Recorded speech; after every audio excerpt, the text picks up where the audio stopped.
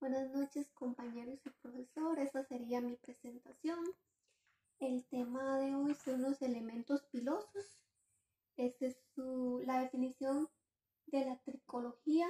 Se debe de aclarar que el término tricológico proviene del latín, que significa trico, pelo y logos, estudio. Por lo tanto, la tricología se refiere al estudio de los pelos, aclarando en este mismo punto que nos referimos a pelos solo cuando hablamos de animales y elementos pilosos. ¿Cuál es la diferencia entre pelo y elemento piloso? La diferencia entre pelo y elemento piloso radica en el nivel de especificidad y el contexto de uso. Pelo es el término común y coloquial para referirse a la fibra capilar que crece en la piel, y el elemento piloso es un término más técnico y preciso, utilizado principalmente en contextos científicos o médicos. La estructura del elemento piloso. Cuando nos referimos a la estructura del elemento piloso, describimos que corresponde con una estructura filamentosa de origen córneo externo al cuerpo, compuesto por una raíz adherida al folículo piloso, con una caña que representa el cuerpo libre. La importancia de la tricología en el campo de las ciencias forenses.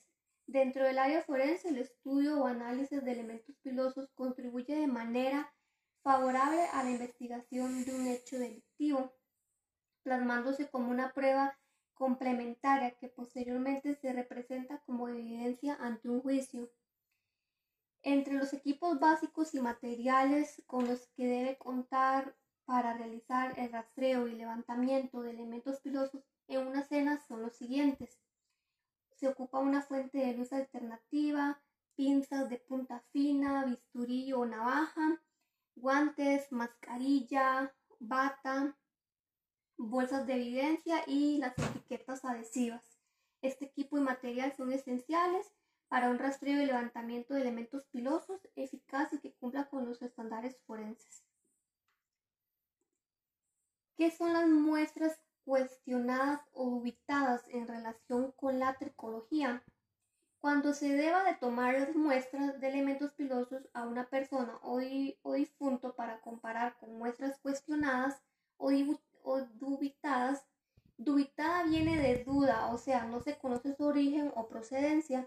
Se debe tener claro cuáles son las zonas de la cabeza para tomar la muestra y tener un patrón representativo de dicha persona a la que se le toma. ¿Qué son las muestras? Las muestras patrón, y mencione cómo se debe realizar su recolección.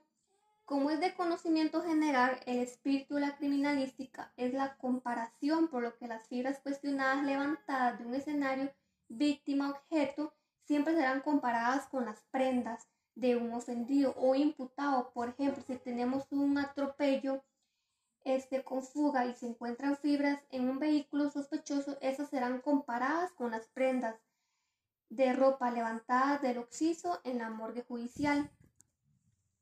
Tenemos tres tipos de resultados que se pueden obtener en los análisis de tricología. Tenemos el descarte no conclusivo y la inclusión o indiferenciados. En el descarte, la naturaleza del análisis comparativo morfológico es el descarte. Hay que tener claro que se debe tener el patrón tricológico debidamente confeccionado. No conclusivo, esto ocurre cuando algunas de las características macromicroscópicas se comparten tanto en el patrón tricológico. Inclusión o indiferenciados, esto ocurre cuando las características macromicroscópicas se comparten tanto en el patrón tricológico de referencia, imputado o víctima. El análisis de ADN en tricología hay dos tipos. El nuclear, que se requiere que los elementos pilosos cuestionados contengan células epiteliales. Y el segundo sería el mitocondrial, que se requiere que los elementos pilosos tengan como mínimo una longitud de 2 centímetros. Ahora bien, hay que tener claro que el análisis morfológico es un tamizaje, ya que no se le podría realizar análisis de ADN. ¿Qué se ocupa en elemento piloso para hacer ADN nuclear? Se requiere que los elementos pilosos cuestionados contengan células epiteliales. Mencione qué material genético se tiene con el ADN mitocondrial. El ADN mitocondrial solo contiene una pequeña parte de la información genética y solo se hereda por vía materna. Entre las recomendaciones para evitar contaminación y prevenir la pérdida de evidencia tenemos el principio de Lockhart o transferencia. Postula que cuando dos cuerpos entran en contacto va a tener transferencia de un cuerpo a otro. El principio de permanencia. Este principio postula que la permanencia de dichos cargos electrostáticos está restringida en el tiempo, o sea que conforme pasa el tiempo se va perdiendo dichas cargas.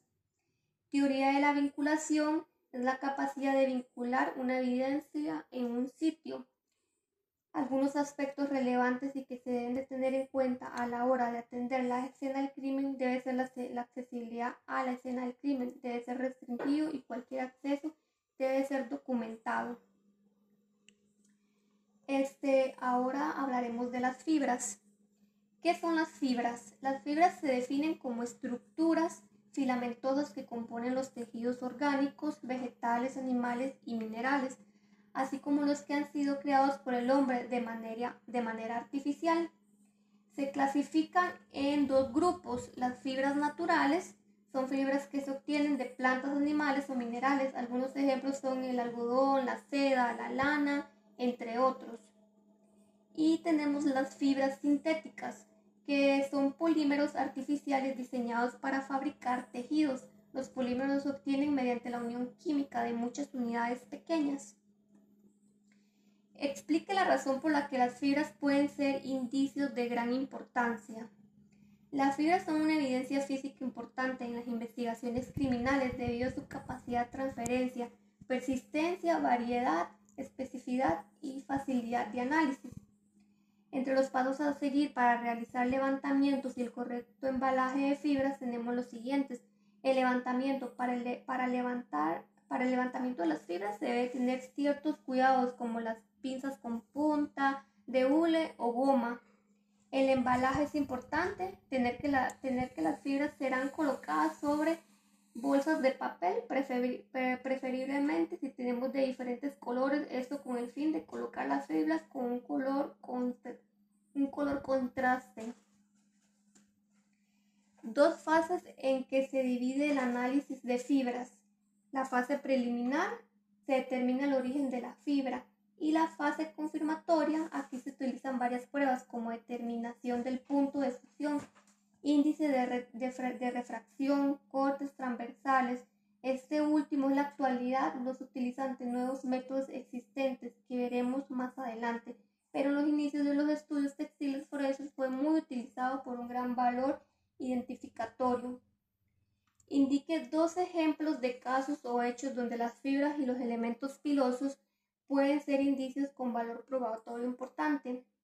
En ejemplo 1 tenemos asalto y robo en una vivienda.